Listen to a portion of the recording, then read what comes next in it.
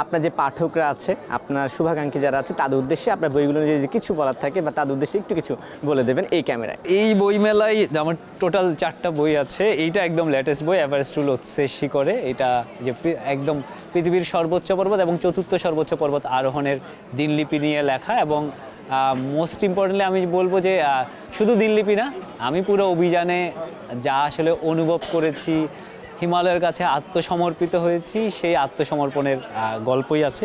আর cycle সওয়ারি সম্পর্কে বললাম যে এটা আমার দেশের অনেকগুলো যে ক্রস কান্ট্রি রাইড হয় সেগুলোর গল্প নিয়ে লেখা, তাও দিনলিপি। আমি দিনলিপি লিখতে আসলে বেশি পছন্দ করি। এবং একই সাথে পায়ে পায়ে 64 জেলা, আমি 2019 সালে দেশের 64টা জেলা পায়ে হেঁটে ভ্রমণ করেছিলাম, প্রায় 2701 কিলোমিটার।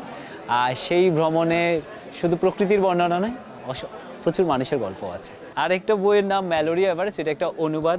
এটা দ্য লস্ট এক্সপ্লোরার নামে একটা বই আছে, যেটা মূল লিখেছেন কনরাড অ্যাঙ্কার এবং ডেভিড রবার্টস, এবং অনুবাদ করেছি আমি, এবং আমার সহ অনুবাদক ছিলেন সুদীপ্ত দত্ত। সেটা লিটল ম্যাক চত্বরের 66 নম্বর স্টল ওদ্রিতে পাওয়া যাবে। ঠিক আছে, সেটাও আপনার একটা সন্তান।